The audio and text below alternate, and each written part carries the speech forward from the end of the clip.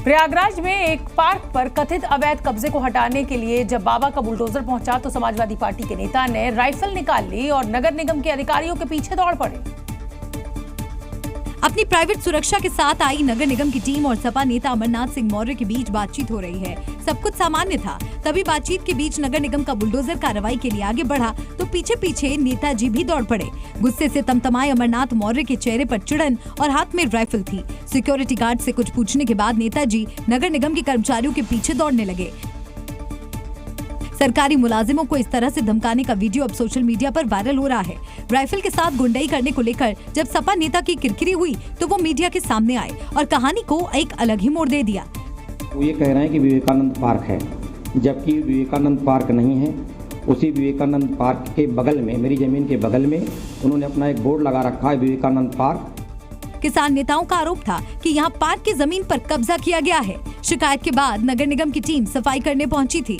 सपा नेता ने आरोप लगाया कि नगर निगम खाली जमीन के बाजू में बने उनकी बाउंड्री वॉल की ईंटें लेकर जा रही थी। नगर निगम के सफाई के नाम पर मेरी ईंट को ले जा रहे थे। मैंने रोकने का प्रयास किया था। मैं न गुंडा हूँ, न माफिया हूँ, न मवाली हूँ। मैं कानून का मानने वाला व्यक्ति हूँ। सपा नेता की माने तो जमीन उन्हीं की है, सारे कागजात भी उनके फेवर में है। जमीन के मामले में कौन सही है ये तो एक अलग विषय है, लेकिन सरेआम राइफल लेकर सरकारी मुलाजिमों को दौड़ाना कतई सही नहीं है। सपा नेता की दबंगई अब उन्हीं पर भारी पड़ गई है। गुंडाई का वीडियो वायरल होने के बाद पुलिस ने मुकदमा दर्ज कर लिया है। जिस राज्य में कानून व्यवस्था टॉप प्रायोरिटी हो वहाँ ऐसा करना सपा नेता पर भारी पड़ गया। अब इनका नाम एफआईआर में है। सपा नेता पर धारा 142 लगाई गई है। एफआईआर में इनके साथ इनके साथियों का भी नाम है। इन पर सरकारी काम में बाधा डालने और राइफल लेकर नगर निगम को रोकने का आरोप है। गुंडाई के सबूत इस वीडियो में हैं, लेकिन फिर भी नेताजी अपने बचाव में कुछ तो बोलेंगे ही, इसीलिए उन्होंने वही छवि खराब करने वाली बात दोहरा दी। इन्होंने कहा था पार्क है, मैंने कहा था अगर पार्क की जमीन में छोड़ दूंगा, मगर अभिलेखों में मेरी जमीन को ही कब्जा कर रहे हैं और मात्र ये मुझे मेरी छवि को खराब करने के लिए इस तरह की वीडियो वायरल कर रहे हैं। अमरनाथ मौर्य कोई छोटे मोटे नेता भी नहीं। लोकसभा चुनाव में इन्होंने फूलपुर सीट से सपा की टिकट पर चुनाव लड़ा था और 5000 से भी कम वोट से हारे थे। एफआईआर के बाद अब समाजवादी पार्टी के इस दबंग नेता पर आने वाले दिनों में क्या कार्रवाई होती है ये देखने वाली बात होगी। जिस बुलडोजर को रोकने के लिए इन्होंने राइफल निकाली थी, देखना होगा आने वाले दिनों में क्या वही बुलडोजर इन पर भारी पड़ेगा या नहीं। उत्तर प्रदेश के कन्नौज रेप केस की पीड़िता की बुआ को पुलिस ने गिरफ्तार कर लिया है। पिछले 7 दिनों से फरार चल रही पीड़िता की बुआ को पुलिस ने उस वक्त पकड़ा जब वो अपने मायके बिनौरा रामपुर गांव जा रही थी। तभी बीच रास्ते से पुलिस ने आरोपी की बुआ को धर दबोचा। जानकारी के मुताबिक रेप के आरोप में पुलिस ने जब नवाब सिंह को गिरफ्तार किया था, उस समय नवाब सिंह के साथ कमरे में पीड़िता की बुआ भी मौजूद थी। विभिन्न टीमें लगी हुई थी। दिल्ली एनसीआर एरिया में इनकी सर्च की जा रही थी। सूचना प्राप्त हुई कि ये वापस से कन्नौज के लिए आई है। सूचना पे आज थाना कन्नौज पुलिस द्वारा तिरवा क्षेत्र अंतर्गत इसकी गिरफ्तारी की गई है। पीड़िता की बुआ से पूछताछ के दौरान जो जानकारियां सामने आई वो हैरान करने वाली थी। पुलिस के मुताबिक नवाब सिंह और आरोपी बुआ के बीच पिछले करीब 6 सालों से शारीरिक संबंध थे। मामले के खुलासे के बाद बुआ ने पीड़िता के भाई पर बयान बदलने के लिए दबाव बनाया। बुआ ने पैसों का लालच देकर के बयान बदलने को कहा। इतना ही नहीं, बुआ ने इन मामलों में दूसरों को फंसाने की भी साजिश रची।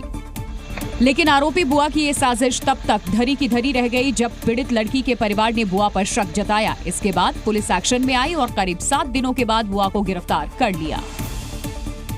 उत्तर प्रदेश की 10 विधानसभा सीटों पर होने वाले उपचुनाव की तारीखों का ऐलान भले ही अभी नहीं हुआ हो, लेकिन उपचुनाव को अपनी साख की लड़ाई बना चुके मुख्यमंत्री योगी आदित्यनाथ कोई कोताही नहीं बरत रहे। और यही वजह है कि इन 10 की 10 सीटों पर जीत हासिल करने के लिए मुख्यमंत्री योगी आदित्यनाथ ने खास प्लान तैयार किया और इस प्लान के तहत मुख्यमंत्री योगी उपचुनाव वाले जिलों में रोजगार मेले का आयोजन कर रहे हैं। अयोध्या के बाद मुजफ्फरनगर में कल रोजगार मेले का आयोजन होगा। जानकारी के मुताबिक सीएम योगी आदित्यनाथ रोजगार मेले का शुभारंभ करेंगे। इस रोजगार मेले में 50 से ज्यादा कंपनियां शामिल होंगी। मेले के दौरान मुख्यमंत्री युवाओं को नियुक्ति पत्र सौंपेंगे। साथ ही सीएम छात्रों में लैपटॉप भी बांटेंगे। सीएम योगी न सिर्फ रोजगार मेले में शामिल होंगे बल्कि बताया गया कि वो मीरापुर विधानसभा क्षेत्र में चुनाव की तैयारियों का जायजा लेंगे और कार्यकर्ताओं से संवाद भी करेंगे। मीरापुर विधानसभा सीट मुजफ्फरनगर जिले में आती है और यही वजह है कि मुजफ्फरनगर में भी रोजगार मेले का आयोजन किया जा रहा है। प्रदेश के करीब 10 लाख युवाओं को नौकरी देने की तैयारी है। इससे साफ जाहिर होता है कि मुख्यमंत्री ने 10 विधानसभा सीटों पर होने वाले उपचुनावों में पार्टी की जीत का फॉर्मूला सेट कर दिया है। उत्तर प्रदेश में 23 अगस्त से शुरू हो रही कांस्टेबल भर्ती परीक्षा को लेकर युवाओं में उत्साह है। 60,000 से ज्यादा भर्तियों के लिए होने वाली परीक्षा के पहले दिन 9.5 लाख अभ्यर्थी परीक्षा देंगे, लेकिन वो परीक्षा आराम से दे पाएं, इसके लिए कुछ बातों का ध्यान रखना बेहद जरूरी है। सभी अभ्यर्थियों के एडमिट कार्ड आधार सत्यापित किए जाएंगे। हम आपको बता दें कि जिन अभ्यर्थियों का एडमिट कार्ड आधार प्रमाणित नहीं हो वो आधे घंटे पहले परीक्षा केंद्र में प्रवेश करें। एडमिट कार्ड आधार प्रमाणित नहीं तो अभ्यर्थियों को जल्दी पहुंचना होगा। ऐसे प्रत्याशियों को परीक्षा केंद्रों पर 2.5 घंटे पहले आना होगा। परीक्षा केंद्र पर ही इन अभ्यर्थियों को दस्तावेजों की ई-KYC करानी होगी, यानी अपने पते और पहचान की जानकारी देनी होगी।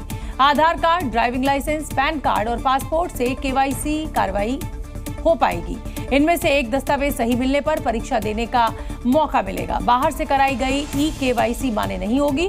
इस परीक्षा में 20,000 से ज्यादा अभ्यर्थी संदिग्ध माने जा रहे हैं।